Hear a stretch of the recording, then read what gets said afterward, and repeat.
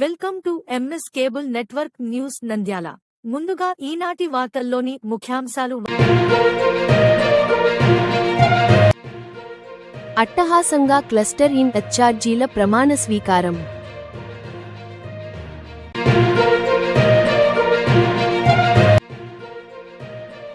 వైద్య విద్యను దూరం చేస్తే ఖబర్దార్. చిల్డ్రన్స్ డే సందర్భంగా శ్రీ సోమల రమణారెడ్డి ఆర్ఆర్ అకాడమీ వారు క్రీడాకారులకు, విద్యార్థులకు భోజనాలు ఏర్పాటు. ఆళ్లగడ్డ పట్టణంలో నూతనంగా నిర్మిస్తున్న 50 పడకల హాస్పిటల్ను పరిశీలించిన ఎమ్మెల్యే భూమా అఖిలప్రియ. 100 మంది కౌలు రైతులకు రాజేష్ ఆర్థిక సహాయం.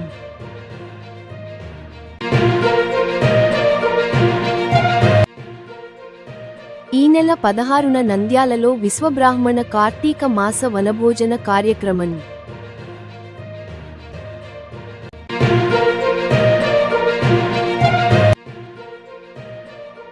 ఎర్రగుంట్ల వద్ద అదుపు తప్పి గుంతలోకి దూసుకెళ్లిన చారి, 6గురికి గాయాలు.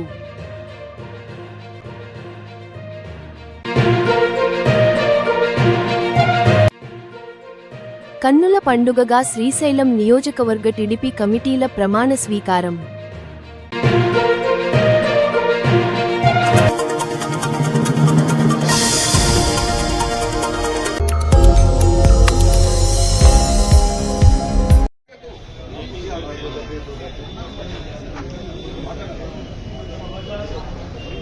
ఈ కార్యక్రమం ఈ విధంగా జరగడానికి కూడా చాలా సంతోషం ఉంది. Cooperative society chairman Shri Veerasimha Reddy గారిని వేదిక వచ్చిందిగా కోరుతున్నాను. మరి కృష్ణాపురం మాజీ సర్పంచ్ శ్రీ బాలేశ్వరరెడ్డి గారిని మన కూటమి ప్రభుత్వం ఏర్పడిన తర్వాత రాష్ట్ర ప్రజలకు ఏ విధమైన సహాయ సహకారం అందించాలా, ఏ విధమైనటువంటి అభివృద్ధిని తీసుకురావాలని సభ్యులు మన రాష్ట్ర మైనార్టీ న్యాయశాఖ మంత్రి శ్రీ ఫరూక్ గారిని వేదిక నిర్వహించవలసిందిగా మరి కోరుతున్నాను. అదేవిధంగా శివనాగిరెడ్డి గారు వచ్చిన విశ్వాసాన్ని వమ్ము చేయకుండా నిత్య చైతన్యంతో పార్టీకి ఉజ్వల భవిష్యత్తు విజయాలకు, పవిత్ర లక్ష్యాలకు కట్టుబడి ఉంటూ పార్టీ సభ్యునిగా క్రమశిక్షణతో ప్రజాసేవ భావంతో లేదు, కొంతమంది గుర్తింపు ఉందని అటువంటి లేకుండా ఆశాంశలు లేకుండా ప్రతి ఒక్కరు పని ఉందని అందరూ వస్తారు. అందరినీ పలకరించి ఉదయపూర్వకంగా వాళ్ళ పని చేయవలసిందిగా మంత్రి వారి గారిని రోడ్లు కానీ, డ్రైన్స్ కానీ, కాలువలు కానీ, చెరువులు కానీ నింపడం జరిగింది. అదేవిధంగా నంద్యాల పట్టణం వేదిక అలంకరించవలసిందిగా కోరుతున్నాం.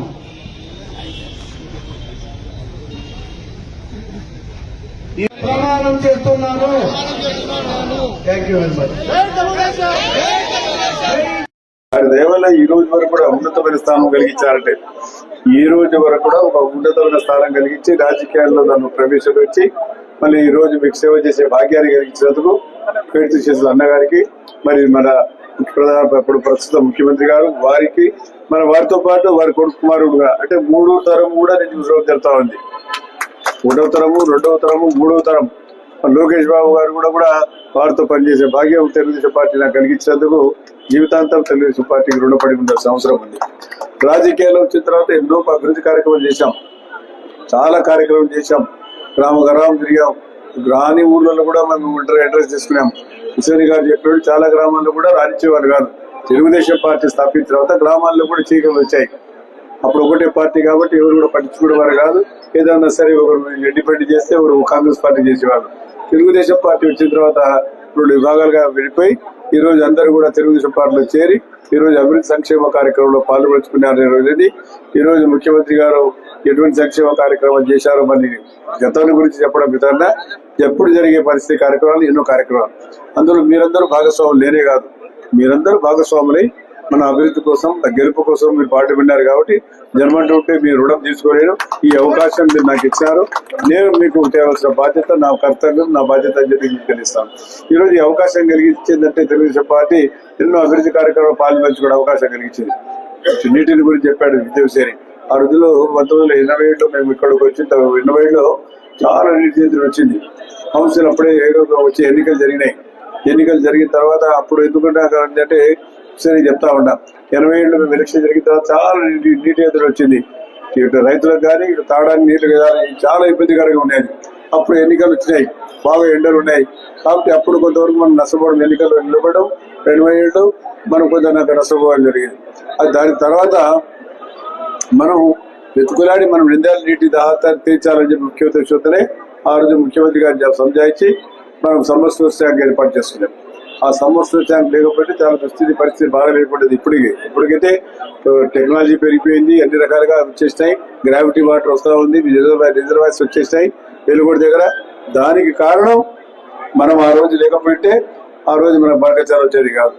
నంద్యాల స్ఫూర్తితో నాకు చుట్టుపక్కల ఉండే రైతుల గ్రామాలు ఎక్కడైతే పెద్ద దేవాపురం తీసుకొని పెద్ద దేవాపురం కానీ, చిన్న దేవాపురం కానీ, నారాయణపురం కానీ, ఈ మన సౌమేదలపురం అని, సింగవరం అని, కడమలకాల, ఈర్నపాడు, దొంగలేడిపేట ఈ గ్రామాల రైతులు, రామాపురం రైతులంతా వచ్చారు నా దగ్గరికి.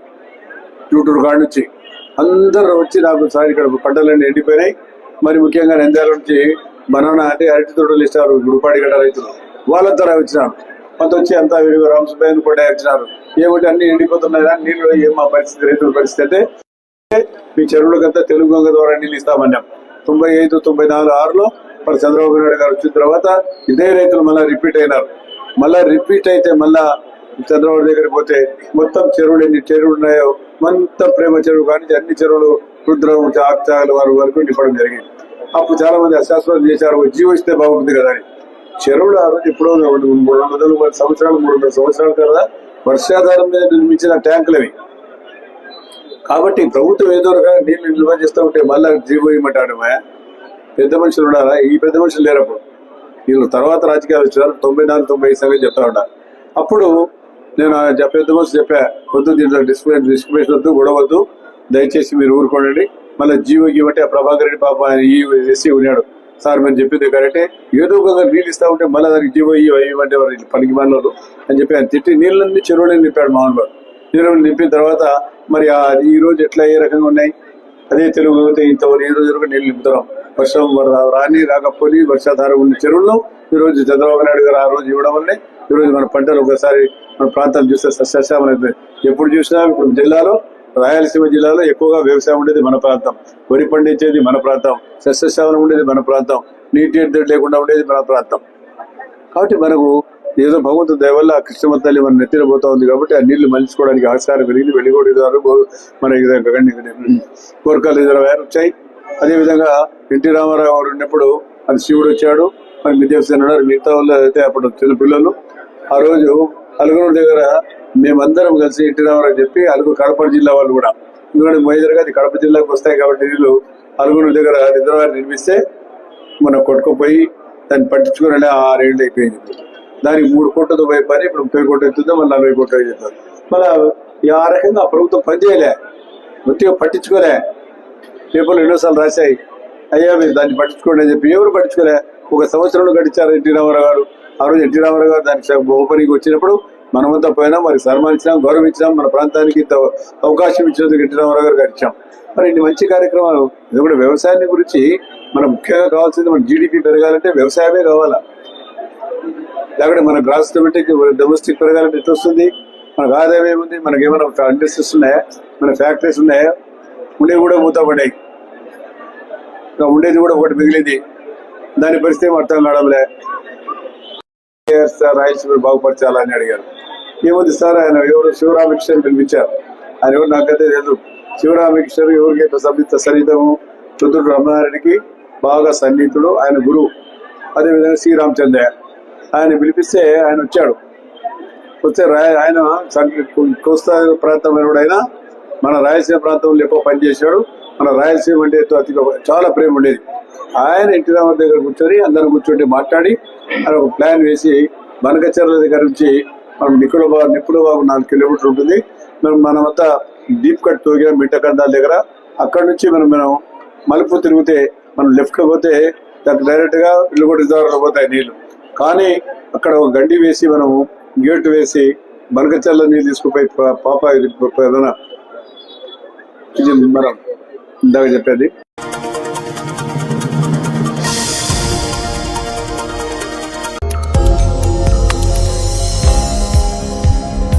మాజీ ముఖ్యమంత్రి జగన్మోహన్ రెడ్డి గారి ఆదేశాల మేరకు రాష్ట్ర వ్యాప్తంగా నిరసన కార్యక్రమాలు,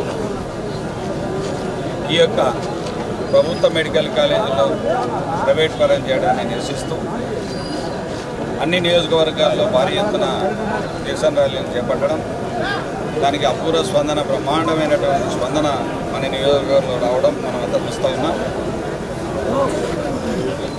స్వాతంత్రం వచ్చినప్పటి నుంచి కూడా మన రాష్ట్రంలో 12 మెడికల్ కాలేజీలు ఉంటే మన జగన్మోహన్ రెడ్డి హయాంలో 2019, 23, 24 మధ్యలో దాదాపు 17 మెడికల్ కాలేజీలు కొత్తగా తీసుకొచ్చినటువంటి మహానాయకుడు జగన్మోహన్ రెడ్డి గారు. దీని ముఖ్య ఉద్దేశం ఏంటంటే మనకి 26 జిల్లాల్లో 26 చోట్ల ప్రతి జిల్లాకు ఒక మెడికల్ కాలేజ్ ఏర్పాటు చేయాలి, దానిలో పేదలకు వైద్యం అందించాలి, విద్యార్థులకు మెరుగైనటువంటి పేదవారి అందరికీ కూడా ఈ యొక్క వైద్య విద్యను అందించాలనే ఉద్దేశంతో మన మాజీ ముఖ్యమంత్రి వారు జగన్మోహన్ రెడ్డి తలంచి ఏ రాష్ట్రంలో కూడా లేని విధంగా 17 మెడికల్ కాలేజీని సంపాదించి ప్రజావైద్యం ప్రజల హక్కు అనే ఒక నినాదంతో మెడికల్ కాలేజీ తీసుకొచ్చి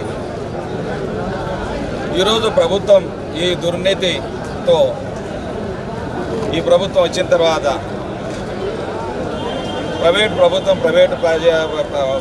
పీపీపీ పద్ధతిలో దీన్ని ప్రైవేట్ పరం చేయాలనే ఒక దురుద్దేశంతో ఎక్కడ చూసినా దోపిడీ పాలన సాగిస్తూ ఈ మెడికల్ కాలేజీలను పేదవారికి అందకూడదు, దీన్ని వైద్యాన్ని ఖరీదైన వైద్యంగా మార్చాలనే ఉద్దేశంతో తన అనుచరులకు, తన అనుంగులకు, తన పార్టీ వారికి ఈ కాలేజీలను కట్టబెట్టడానికి సిద్ధమై ఆఖరుకు 5 కాలేజీలు, 2 కాలేజీలు, 7 కాలేజీలు దాదాపుగా పూర్తి స్థాయిలో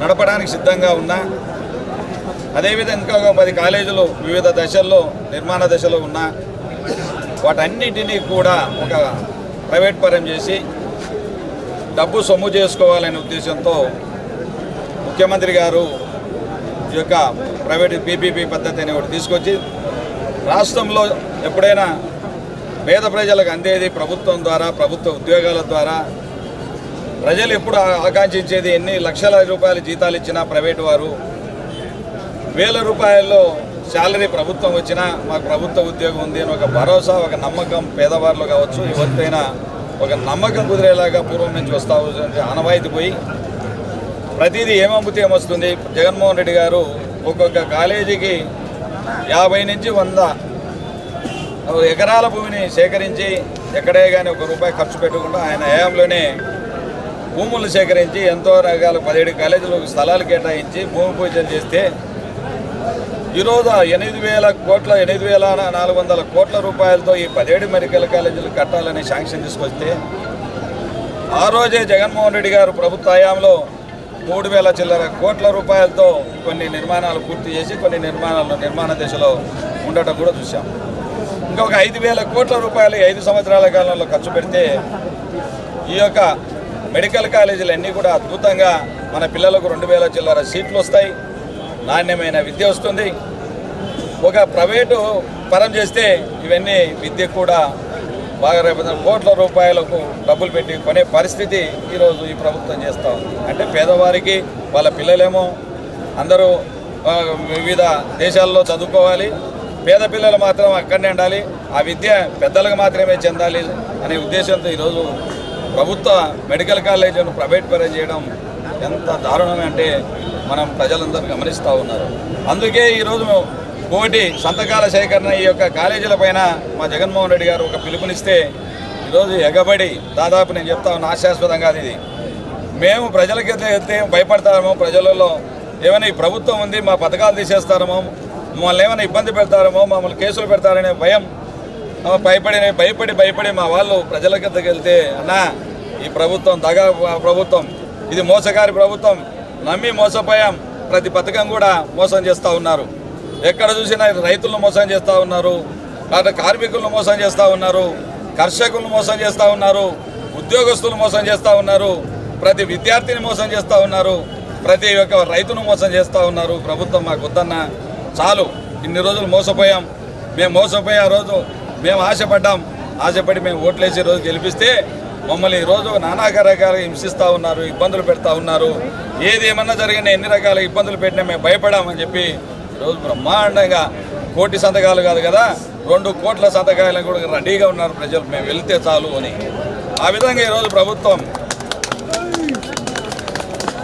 ఈరోజు ఆ ప్రభుత్వం చేస్తున్నటువంటి చేష్టలకు ఈరోజు ప్రజల్లో పెళ్ళిపోతూ ఉంది ఆవేశం.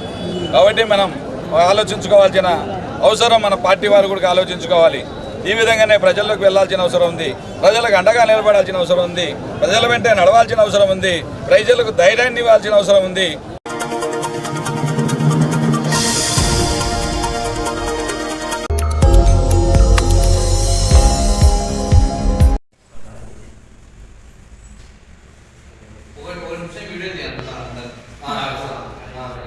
సార్ ఇక్కడ చూడండి సార్. Yes sir.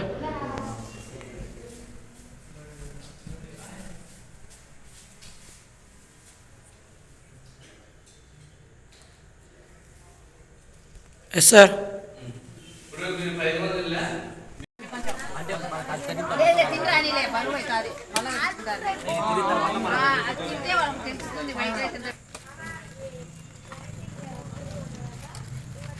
వచ్చి కట్టుకండి కొంచెం ఆడ కూర్చోకూడదు నీళ్ళ దాని కాడ.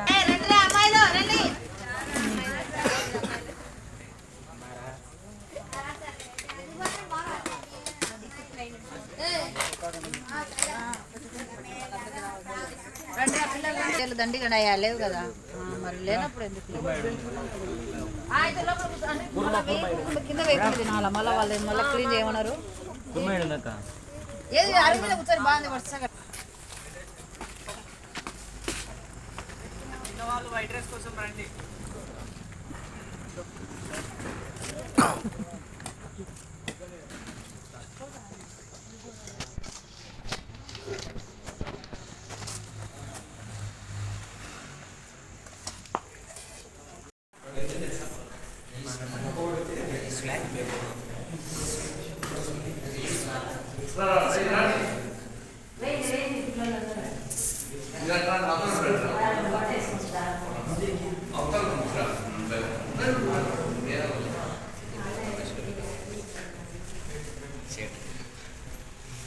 నిమిషం తీసి ఉడే కట్ చేయాలి, నిమిషం తీసి ఉడే కట్ చేయాలి.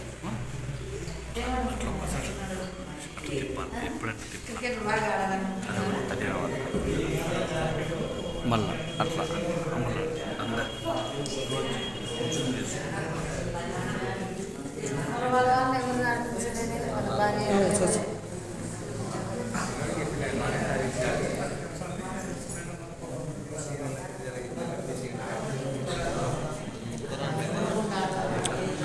ఏ సలా పిల్లలకి పెద్దలకు మళ్ళీ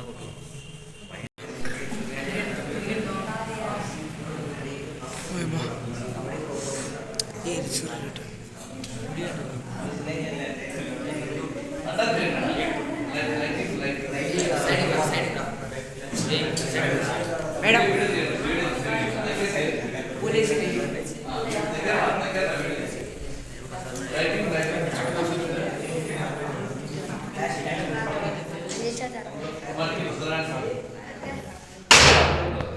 నువ్వు తీయాల బదులు రెడీగా ఉండాలన్నా నీకు ఏంటిది బద్దలు అలా తీస్తున్నాను.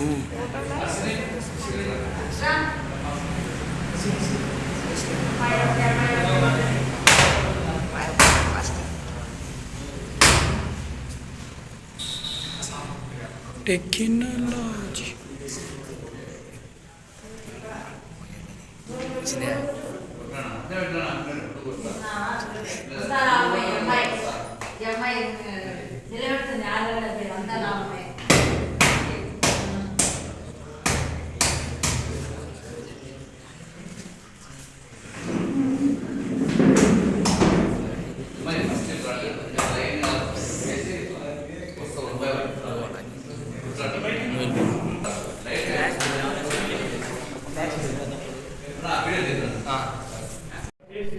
ఆయన ఆడుతూ ఆయనతో పాటు కొంతమంది ప్లేయర్స్ను బ్యాట్స్మెన్లను బౌలర్లను అందరినీ తీసుకొని వాళ్ళకు ఎలాంటి కష్టం లేకుండా ఎవరి ప్లేయర్లను ఆయన సొంత దగ్గర తీసుకొని ఎక్కడ గవర్నమెంట్లు కానీ మ్యాచ్లు కానీ సొంత వ్యవస్థలు ఆయన పెట్టుకొని సొంత పిల్లల వారు ఆయన తీసుకోవాలి. మనం తీసుకున్న పిల్లలు ఇప్పుడు ఆయన చనిపోయి కూడా మనకు 25 years దాటిపోతుంది, 33 సంవత్సరాలు దాటిపోతుంది. ఆయన కానీ ఆయన గురించి ఈరోజు మనం స్మరించుకుంటున్నామంటే ఆయన చేసిన సేవలే ఈ ఇంత కారణం. కాబట్టి ఆయన ఒకసారి ఒక 2 నిమిషాలు మౌనం ప్రకటించి కార్యక్రమాన్ని కోరుతున్నాం.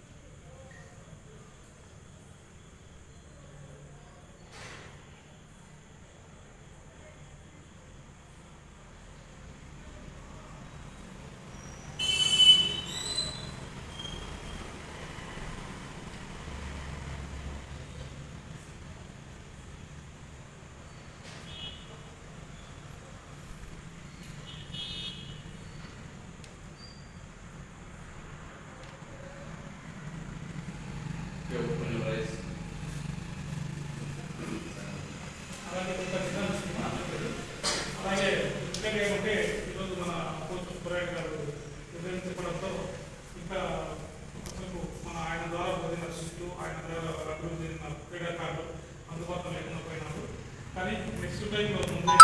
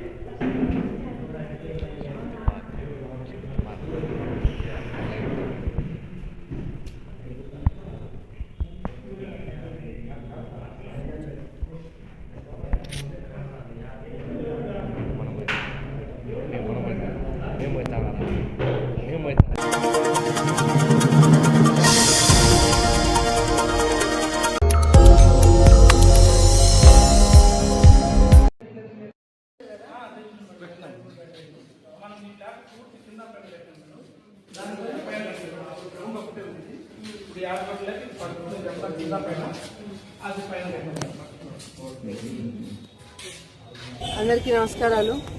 ఈరోజు చాలా సంతోషంగా ఉంది. ఎందుకంటే ఈరోజు గవర్నమెంట్ హాస్పిటల్ ఏదైతే 50 పడకల హాస్పిటల్ బిల్డింగ్ పూర్తి ఈ నెలాఖరికల్లా పూర్తి అవ్వడం జరుగుతుంది.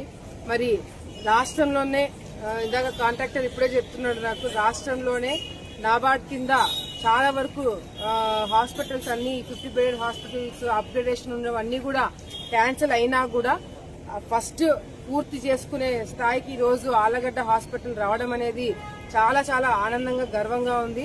మరి స్పెషల్ గా డాక్టర్లందరికీ కూడా నేను ధన్యవాదాలు తెలియజేసుకుంటాను. ప్రతి ఒక్కటి కూడా దగ్గరుండి చూసుకుని ఏదో కన్స్ట్రక్షన్ జరిగిపోతుందిలే వాళ్ళు చూసుకుంటారు, ఇది మా పని కాదు కదా అని అనుకోకుండా ఎక్కడెక్కడ కడుతున్నారు, ఏం కడుతున్నారు, ఎప్పటికప్పుడు మాకేం అవసరము, పేషెంట్స్ కి ఏం అవసరము, ఎట్లా ఉండాలనేది ప్రతి ఒక్కటి కూడా దగ్గరుండి మరి చూసుకుంటున్న సుజాత గారికి కూడా నేను ధన్యవాదాలు తెలియజేసుకుంటూ, మరి నేను గతంలో కూడా మాట ఇచ్చిన, ఏదైతే 100 పడకల హాస్పిటల్ మా చేతుల మీద తప్పకుండా మొదలవుతుందని చెప్పినానో, మరి గతంలో ఆలగడ్డలో 30 పడకల హాస్పిటల్ ని 50 పడకలకి తీసుకొచ్చినాము.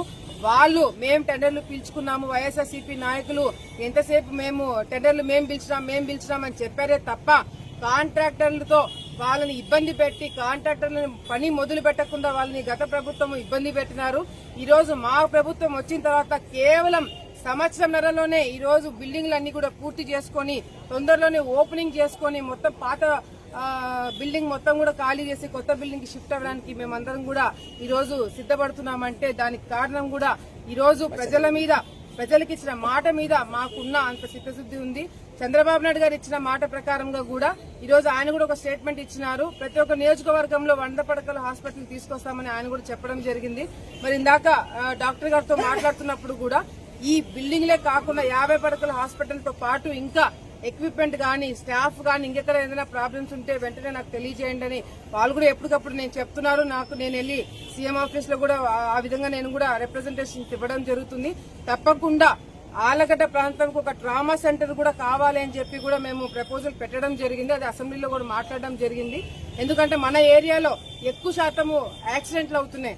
దానివల్ల ఒక ట్రామా సెంటర్ ఇక్కడే ఉంటే నంద్యాలకి లేదా పక్క ప్రాంతాలకి వెళ్లే లోపల చాలా మంది ప్రాణాలు కోల్పోతున్నారు. ఆ పరిస్థితి రాకుండా ఉండాలి అంటే ఇక్కడే ఒక ట్రామా సెంటర్ పెడితే మనకు ఉపయోగకరంగా ఉంటుంది, ప్రజలకి ఇబ్బంది లేకుండా ఉంటుందని చెప్పి ఒక ఆలోచనతో దాన్ని కూడా మేము గట్టిగా పుష్ చేస్తున్నాము. తప్పకుండా వచ్చే రోజుల్లో ట్రామా సెంటర్ 100 బెడెడ్ హాస్పిటల్ కూడా నా చేతుల మీదనే ఓపెనింగ్ జరిగి తీరుతుందని చెప్పి, ఈ ప్రభుత్వంలో జరిగి తీరుతుందని చెప్పి కూడా ప్రజలందరూ కూడా మరొకసారి తెలియజేసుకుంటూ, శోభా నాగిరెడ్డి గారు, భూమా నాగిరెడ్డి గారి కళ 100 పడకల హాస్పిటల్ ఆలగడ్డకి తీసుకురావాలని చెప్పిన వాళ్ళ కళ ఈ రోజు మెల్లిమెల్లిగా నెరవేరుతున్నందుకు నాకు చాలా సంతోషంగా ఉంది. తొందరలోనే మరి బిల్డింగ్ ఓపెనింగ్ కూడా ప్రజలందరినీ కూడా ఇన్వైట్ చేసి చాలా భారీ ఎత్తున ఓపెనింగ్ కూడా చేస్తామని చెప్పి సందర్భంగా తెలియజేసుకుంటున్నాను.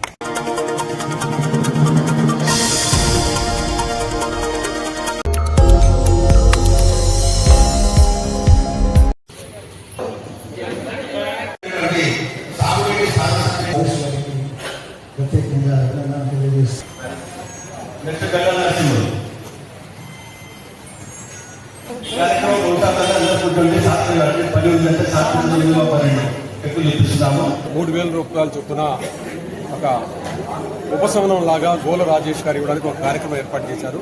ఆ కార్యక్రమానికి నేను అతిథిగా వచ్చాను. ముందుగా రైతాంగం యొక్క సమస్యలను దృష్టిలో పెట్టుకొని మానవాళి బతకడం కోసం రైతులు పడుతున్న శ్రమను గుర్తుపెట్టుకుని గోళ్ల రమేష్ గారు ఉడతా భక్తిగా ఒక 3,000 రూపాయలు 100 మంది రైతులకు ఇవ్వడానికి వారిని అభినందిస్తున్నాను. అయితే నేను దీన్ని వేరే విధంగా చూస్తున్నాను. ఆయన మానవాళి రక్షణ కోసం రైతాంగం చూస్తున్నాను అనుకుంటే నా భావనలో వేరే విధంగా అనిపిస్తుంది. ఈరోజు ఇన్ని వర్షాలు పడి ఇంత ఇబ్బంది పడుతున్నా రైతాంగం పడుతుంటే దున్నపోతు మీద వాన కురిచినట్టుగా ప్రభుత్వాల్లో ఏమీ చలనం లేకుండా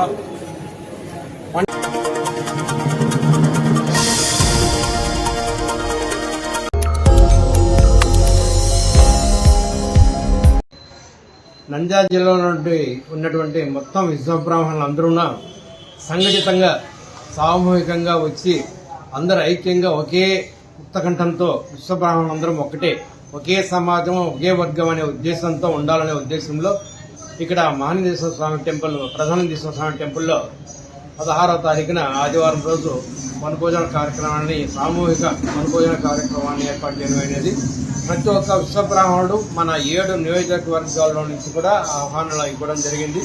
ప్రతి ఒక్క విశ్వబ్రాహ్మణుడు కూడా వచ్చి ఈ యొక్క వనభోజన కార్యక్రమంలో పాల్గొని అందరూ ఏకీకృతంగా ఏకకంఠంతో మనమందరం ఒకే సమాజము, వర్గాలు ఏం లేవనే భేదాభిప్రాయాలు లేకుండా అందరూ కలిసి ఉండాలనే ఏకకంఠంతో మన విశ్వబ్రాహ్మణులు వ్యవహరించాలని చెప్పని కోరుకుంటూ ఈ నెల 16/11/2025 ఆదివారం నాడు మన విశ్వబ్రాహ్మణ నంద్యాల జిల్లా విశ్వకర్మ ఏకీకృత సంఘం వారు నిర్వహిస్తున్న విశ్వబ్రాహ్మణ వనభోజన కార్యక్రమం మన ప్రథమానందేశ్వర స్వామి టెంపుల్ నందు నిర్వహిస్తున్నాము.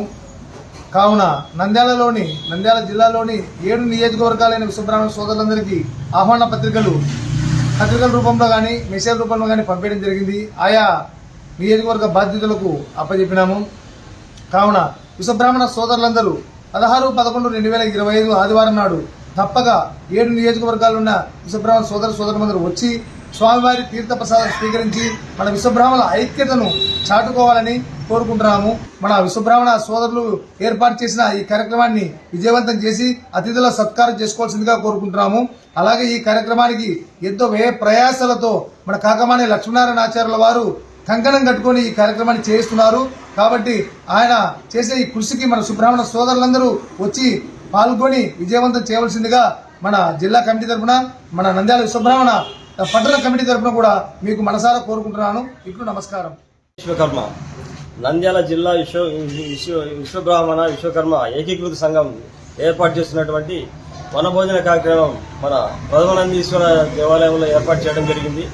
ఈ యొక్క కార్యక్రమాన్ని ఏర్పాటు చేయడం ముఖ్య కారణం ఏమంటే నంద్యాల జిల్లా నుంచి వచ్చినటువంటి 7 తాలూకాల నుంచి నంద్యాల జిల్లా మొత్తం జిల్లా వ్యాప్తంగా విశ్వబ్రాహ్మణులందరినీ ఏకీకృతం చేసి ఈ యొక్క కార్యక్రమాన్ని జయప్రదం చేయడానికి కోసం ఏర్పాటు చేయడం జరిగింది. తర్వాత మనం కార్తీక మాసంలో ప్రతి సంవత్సరం కూడా మనం నిర్వర్తిస్తూ వస్తున్నాము.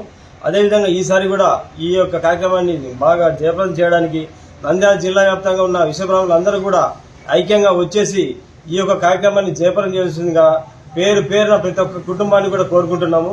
నంద్యాల జిల్లా విశ్వబ్రాహ్మణ సంఘ పెద్దలకు, సంఘీయులకు, సోదరిమణులకు నంద్యాలలోని జరుగుతున్నటువంటి ప్రథమనందీశ్వర స్వామి టెంపుల్లో విశ్వబ్రాహ్మణ వనభోజన కార్యక్రమం జరుగుతుంది. ప్రతి ఒక్క విశ్వబ్రాహ్మణులు, సోదరిమణులు వాళ్ళ కుటుంబ సమేతంగా అందరూ హాజరు కావాలని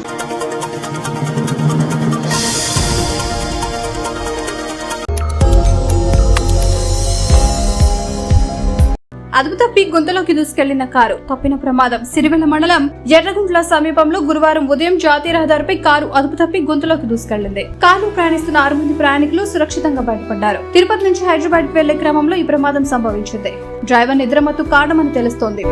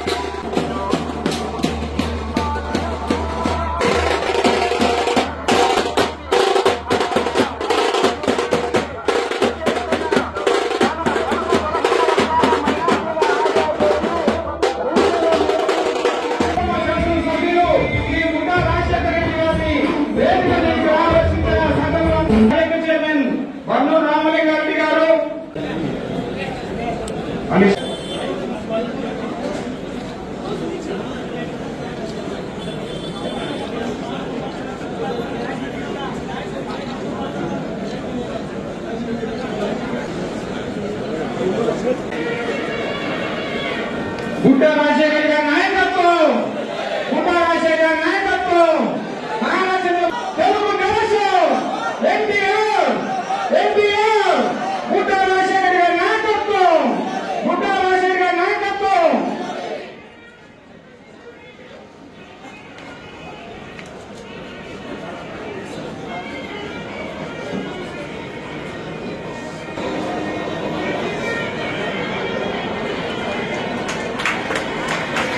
దేశం తెలుగు దేశం సారా లోకేష్ బాబు గారి నాయకత్వం.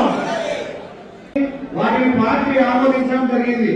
కాబట్టి మన అన్నగారి సారథ్యంలో అన్నగారి కమిటీలు అంటే క్లస్టర్లు, యూనిట్లు, మండల పాటు బూత్ కన్వీనర్లు, కో కన్వీనర్లను ప్రమాణ స్వీకారం చేయించవలసిందిగా ఇప్పుడు నారా లోకేష్ బాబు గారు పాత పద్ధతిని, పాత సంస్కృతిని మళ్ళీ తీసుకొచ్చేసి పార్టీలో ఇది జరగాలి ఖచ్చితంగా.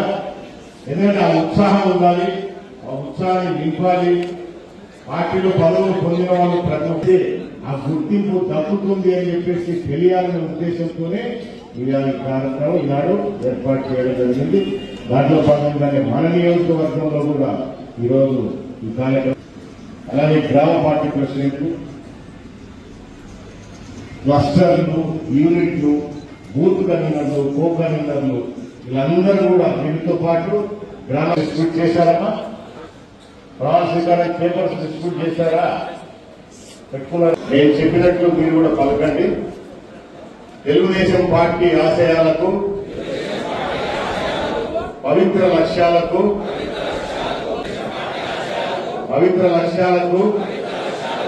కట్టుబడి ఉంటూ పార్టీ సభ్యునిగా క్రమశిక్షణతో, ప్రజాసేవా భావంతో మనసా వాచ కర్మేణ నిరంతరం పాటుపడుతూ నిస్వార్థంగా అవినీతి అక్రమాలకు పాల్పడకుండా దీక్షా దక్షలతో అంకిత భావంతో తెలుగుదేశం ప్రతిష్టను, ప్రతిపత్తిని పరిరక్షించేందుకు ఎల్లప్పుడూ కృషి చేస్తూ పార్టీ మరియు ప్రజలు నాపై ఉంచిన విశ్వాసాన్ని వమ్ము చేయకుండా నిత్య చైతన్యంతో పార్టీకి ఉజ్వల భవిష్యత్తు కల్పించేందుకై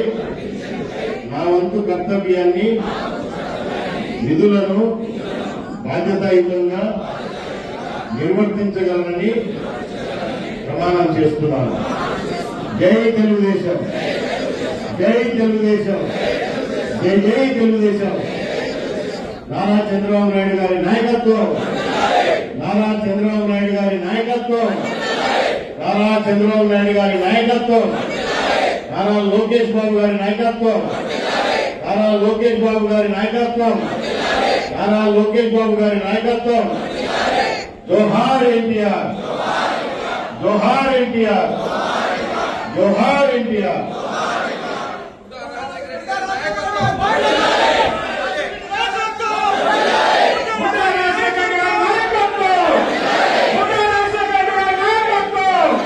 మైనార్టీ నాయకుడు కనిముల గారికి, స్టేజ్ అలంకరణ ప్రస్తావించే మండల నాయకులకు అందరికీ పేరు పేరున ధన్యవాదాలు తెలుపుకుంటున్నాం. ఈరోజు మనకు ఇప్పుడు సీనియర్ టీడీపీ నాయకులు పెద్దలు కంచర్ల సురేష్ రెడ్డి గారిని ప్రసంగించవలసింది.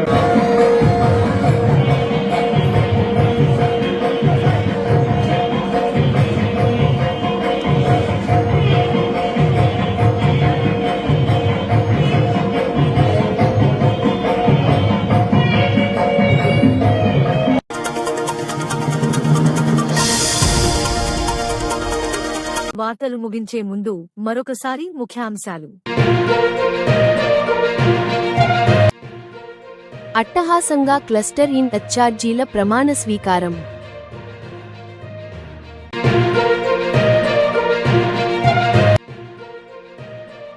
వైద్య విద్యను దూరం చేస్తే ఖబర్దార్. చిల్డ్రన్స్ డే సందర్భంగా శ్రీ సోమల రమణారెడ్డి ఆర్ఆర్ అకాడమీ వారు క్రీడాకారులకు, విద్యార్థులకు భోజనాలు ఏర్పాటు. ఆళ్లగడ్డ పట్టణంలో నూతనంగా నిర్మిస్తున్న 50 పడకల హాస్పిటల్ను పరిశీలించిన ఎమ్మెల్యే భూమా అఖిలప్రియ. 100 మంది కౌలు రైతులకు రాజేష్ ఆర్థిక సహాయం.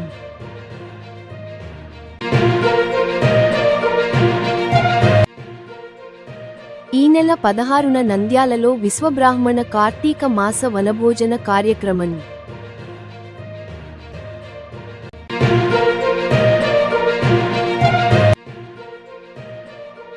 ఎర్రగుంట్ల వద్ద అదుపు తప్పి గుంతలోకి దూసుకెళ్లిన చారి, 6 గాయాలు.